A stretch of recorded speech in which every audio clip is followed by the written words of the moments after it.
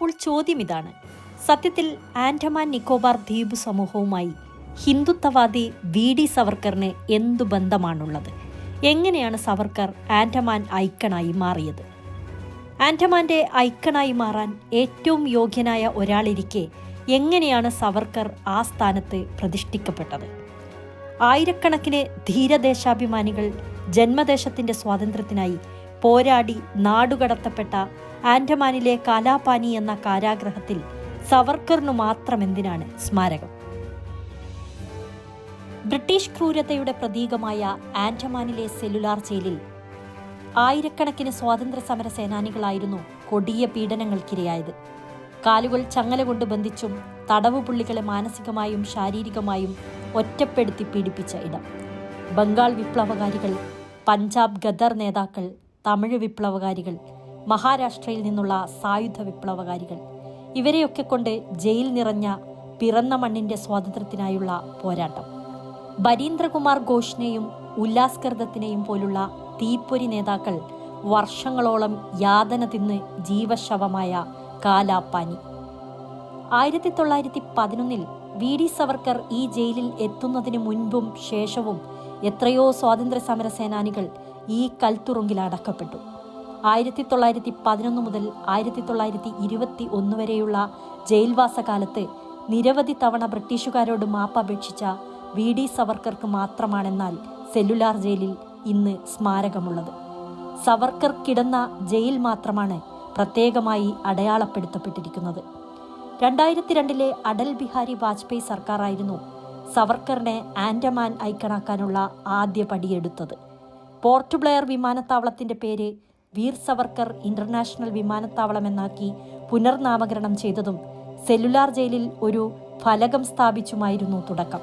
പിന്നീട് അധികാരത്തിൽ വന്ന മൻമോഹൻ സിംഗ് സർക്കാരിന്റെ പെട്രോളിയം മന്ത്രി മണിശങ്കർ അയ്യർ സെല്ലുലാർ ജയിൽ സന്ദർശിക്കുകയും ഫലകം അവിടെ നിന്ന് നീക്കം ചെയ്യുകയും ചെയ്തു.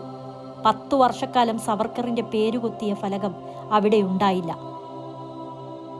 എന്നാൽ 2014 NDA സർക്കാർ വീണ്ടും അധികാരമേറ്റതോടെ കാര്യങ്ങളും കഥയും മാറി. കാലാപാനി ജയിലിലെ വി.ഡി. സവർക്കറുടെ തടവുമുറി സന്ദർശകർക്കായി പ്രത്യേകം സജ്ജമാക്കപ്പെട്ടു.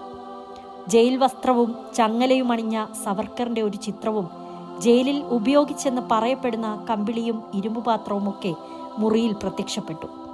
ആൻഡമാനിലെ സെല്ലുലാർ ജയിലെന്നാൽ അത് സവർക്കർ കിടന്ന ജയിലെന്ന രീതിയിലായി പിന്നീടുള്ള നറേറ്റീവ്.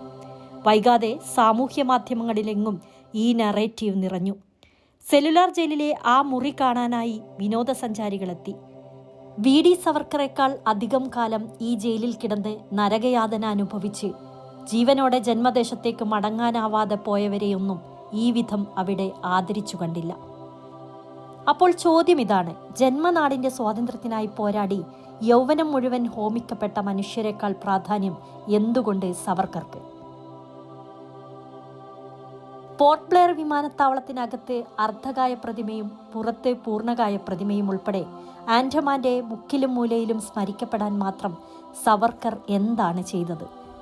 സത്യത്തിൽ ആൻഡമാൻ ഐക്കണാകേണ്ടതും ആദരിക്കപ്പെടേണ്ടതും ധീരദേശാഭിമാനി സുഭാഷ് ചന്ദ്രബോസ് ആയിരുന്നില്ലേ? 2ാം ലോക മഹായുദ്ധകാലത്തെ ആൻഡമാൻ പിടിച്ചെടുത്ത ജാപ്പാനീസ് സൈന്യത്തെ തുരത്തി 1943 അദ്ദേഹം തന്റെ ആർമിയുടെ പേരിൽ ആൻഡമാനിൽ ദേശീയ പതാക ഉയർത്തിയെന്നാണ് ചരിത്രം. ബ്രിട്ടീഷ് അധിനിവേശകാലത്തെ ഒരു ഇന്ത്യൻ മണ്ണിൽ ആദ്യമായി ത്രിവർണ പതാക പാറിയ മണ്ണാണ് ആൻഡമാൻ നിക്കോബാർ ദ്വീപുകൾ. സവർക്കറേക്കാൾ ആൻഡമാനിൽ ആദരിക്കപ്പെടേണ്ട പോരാളി അത് സുഭാഷ് ചന്ദ്രബോസാണെന്ന് ആൻഡമാനിലെത്തുന്നവർക്ക് നിസ്സംശയം പറയാനാകും.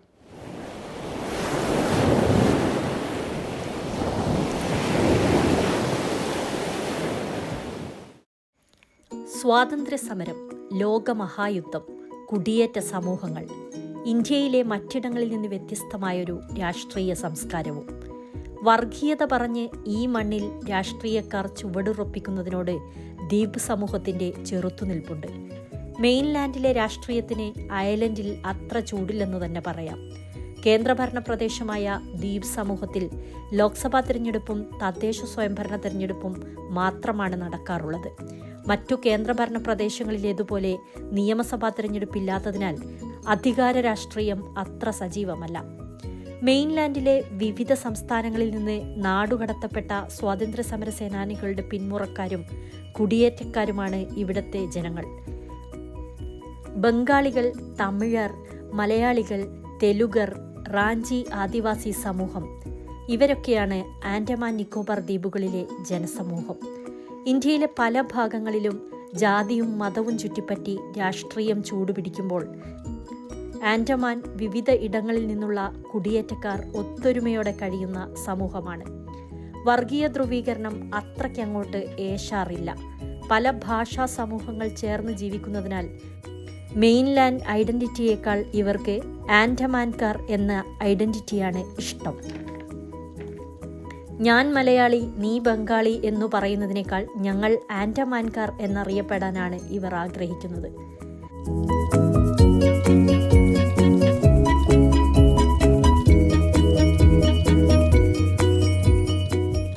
നിങ്ങൾ ഐക്യമത ഹിന്ദു ആകട്ടെ, മുസ്ലിം ആകട്ടെ, ക്രിസ്ത്യാനി ആകട്ടെ, ആര് എന്ത് തന്നെ ആകട്ടെ, ആ വിഷയത്തിൽ ഇവിടെ നിങ്ങൾ ആരോട് ചോദിച്ചാലും അതൊരു മിനി ഇന്ത്യ എന്നുള്ള പേരാണ് ഇവിടെ. കാരണം ഇവിടെ ഹിന്ദു, മുസ്ലിം, ക്രിസ്ത്യന്, പഞ്ചാബ് എല്ലാവരും അതിലൊറ്റക്കെട്ടാണ് ഇവിടെ ഇവിടുത്തെ ആൾക്കാരായിട്ടുണ്ട്. പിന്നെ ഓരോ പുതിയ ആൾക്കാർ ഇവിടെ വരുന്നുണ്ട്, ഓരോന്നും ഓരോ വിഷയങ്ങളൊക്കെ എടുത്തിട്ടുണ്ട്. അതിൽ ചില ആൾക്കാരൊക്കെ ഇതാകുന്നുണ്ട്. പക്ഷേ പഴയ ബോൾഡായിരിക്കുന്ന ആൾക്കാർക്ക് ആ കാര്യത്തിൽ എന്താണെന്ന് പറഞ്ഞു കഴിഞ്ഞാൽ അനിലിനെ കണ്ടില്ലെങ്കിൽ നമുക്ക് ഉറക്കില്ല. അതുമായിട്ടുള്ളൊരു കാര്യമാണ് നമുക്കിവിടെ കഴിയുന്നത്. ഞങ്ങളങ്ങനെയാണ്. ഒരു നല്ല ദിവസമാകട്ടെ, അവരതാകട്ടെ, നമ്മളതാകട്ടെ, എല്ലാത്തിനും ഒരു നല്ലതിനും കെട്ടതിനും അവരും നമ്മളെ കൂടെ ഉണ്ട്, നമ്മൾ അവരെ കൂടെ ഉണ്ട്. അപ്പോൾ അത് ഒരു കാര്യമായിട്ട് ലൈക്കെന്ന് വിചാരിക്കാം നിങ്ങൾ. ബാക്കി പിന്നെ നമ്മളെ ധാരണയാണ് ഓരോരുത്തരെ ഓരോ. ഇപ്പോൾ ഈ ജനറേഷൻ പുതിയ ആൾക്കാർ ഓരോ നാട്ടിൽ നിന്ന് വന്നിട്ട് ഓരോ പുതിയ വിഷു കാണിക്കുകയാണ്. അത് പിന്നെ നമ്മൾ നോക്കേണ്ട ആവശ്യമില്ല. നമ്മൾ കഴിഞ്ഞത് കുട്ടിക്കാലം ഒരുമിച്ച് കഴിഞ്ഞതല്ലേ, അത് മറക്കാൻ പറ്റില്ലല്ലോ. ഒരു ഫാമിലി ആയിട്ട് കഴിഞ്ഞതാണ് ഞങ്ങളെല്ലാം. അത് പിന്നെ ഇനി മറക്കണം എന്നുണ്ടെങ്കിൽ ഞങ്ങളോടെ പോകണം. ഞങ്ങൾ പോയെങ്കിലേ മറക്കാൻ പറ്റുള്ളൂ. வருஷமாக வியாபாரம் பண்ணிகிட்டு இருக்கிறோம். அதனால் வியாபாரம் நல்லபடியாக ஞாயிற்றுக்கிழமை டைம் எங்களுக்கு எல்லாம் ஒரு ஃப்ரீயாக இருக்குது. வந்து வியாபாரம் பண்ணுறது கொடுக்குறதுக்கு நல்லா தான் இருக்குது.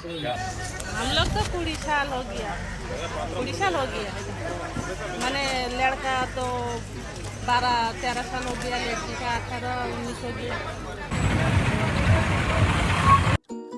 മഞ്ചേരി, കാലിക്കറ്റ്, വണ്ടൂർ, മണ്ണാർക്കാട് തുടങ്ങിയ മലയാളി സെറ്റിൽമെൻറ്റുകൾ ആൻഡമാനിലുണ്ട്. കാലിക്കറ്റിൽ വെച്ച് ഞാൻ കയറിയ ഓട്ടോയുടെ ഡ്രൈവർ കലീൽ എന്നെ അദ്ദേഹത്തിൻ്റെ വീട്ടിലേക്ക് ക്ഷണിച്ചു. നമ്മുടെ മലബാർ ശൈലിയിലുള്ള വീടും അന്തരീക്ഷവും ആളുകളും ഇവരാണ് ആൻഡമാൻ ജനതയുടെ ഐക്യത്തെക്കുറിച്ച് എനിക്ക് പറഞ്ഞു തന്നത്. ഇവർക്കെല്ലാം മലയാളം അറിയാം. പക്ഷേ എല്ലാവരും വീടുകളിൽ സംസാരിക്കുന്നത് ആൻഡമാനിലെ ഭരണഭാഷയായ ഹിന്ദിയാണ്. जी हम लोग हिंदी बोलते हैं. मलयालम में हमें कोई बात नहीं करता, वैसे कोई पूछने से बस जवाब देता हम लोग. और ब्रेकफास्ट के समय क्या करते हैं? रोटी बनाएंगे हम लोग. ज़्यादातर यहाँ में तो रोटी ही खाते हैं सब्जी. ये सब नाश्ता में कौन रखा है सर? ये सब सासू माँ.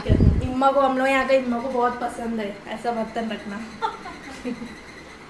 ये सब हम लोग एरवाड़ी से लेके आए थे. इम्मा एरवाड़ी जाएगा तो खाली ये बर्तन ही देखता. कुछ एरवाड़ी का है जी. एरवाड़ी का. केरल गए? हाँ हम लोग 3 बार गए.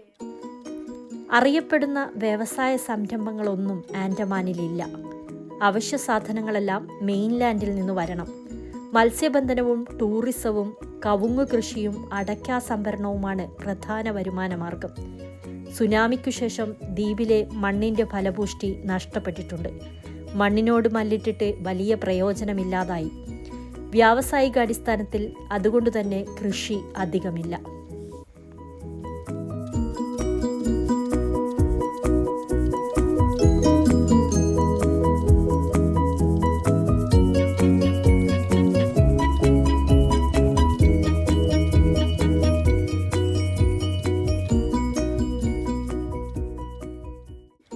പ്രിയപ്പെട്ടവരെ, ഇത് ആൻഡമാൻ്റെ രാഷ്ട്രീയ സാമൂഹ്യ സാഹചര്യങ്ങൾ മാത്രം ഉൾപ്പെടുത്തിയ ഒരു എപ്പിസോഡാണ്. ആൻഡമാൻ നിക്കോബാർ ദ്വീപിൻ്റെ സൗന്ദര്യ കാഴ്ചകളുമായി ഒരു എപ്പിസോഡ് കൂടി വരേണ്ടി വരും. മറക്കാതെ സബ്സ്ക്രൈബ് ചെയ്യണേ. എങ്ങനെ ബജറ്റ് ഫ്രണ്ട്ലിയായി ദ്വീപിൽ കറങ്ങാമെന്ന് അടുത്ത വീഡിയോയിൽ ഉണ്ടാകും. നന്ദി, നമസ്കാരം.